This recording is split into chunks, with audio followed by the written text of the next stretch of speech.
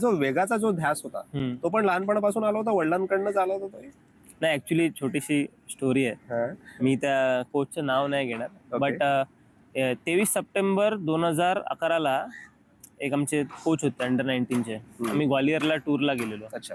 तर मी नुकताच अंडर 16 मधनं मुलगा अंडर 19ला आलेला, पहिल्याच वर्ष 16 वर्षाचाच होतो मी. तर खेळलो, आयडिया नव्हती एवढी काही बॉलिंग बद्दल, तर एवढी काही खास बॉलिंग केली नाही, एक्सेप्टेड की नाही एवढी खास नाही झाली बॉलिंग. तर त्यांनी असं ते सगळ्यांशी बोलत होते, तर ते माझ्याशी पण बोलायला लागले ग्राउंडवर वॉक करून घेऊन. तर ते मला म्हणाले, बघ तुझी हाईट बाकीच्या एवढी उंच नाहीये, तू 5 फूट 10 आहेस, बाकीचे 6 फूट वगैरे आहे. ओके. तर मला नाही वाटत तू 120-125च्या वरती बॉलिंग टाकू शकशील. तर तू बघ, म्हणजे तू ऑलराऊंडर कॅटेगरीमध्ये जाऊन तुला खेळायचंय का, अजून तू खूप यंग आहेस, तुला फास्ट बॉलिंगच करत राहायचंय का, तुला बॅट्समन बनायचंय का, तुला दुसरं काही मार्ग पत्करायचंय.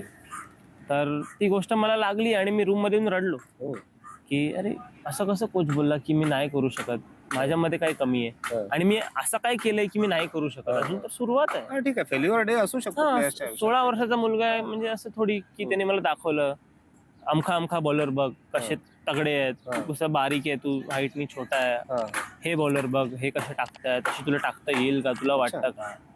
मी त्यांना बोललो की मी टाकीन, तेव्हाच्या तेव्हा बोललो. मला तो कॉन्फिडन्स होता, पण मला आतल्यात हे वाटलं की अरे साहजिक होतं की. आणि त्या टूर नंतर अंडर 19ची टीम निघाली वन डेची, मी त्यात नव्हतो. आम्ही परत आलो घरी. तर मी आईला सांगितलं की असं असं झालंय, घरी जाऊन रडलो, एकदम असं हे होतं की क्रिकेट खेळणं काय केलं पाहिजे.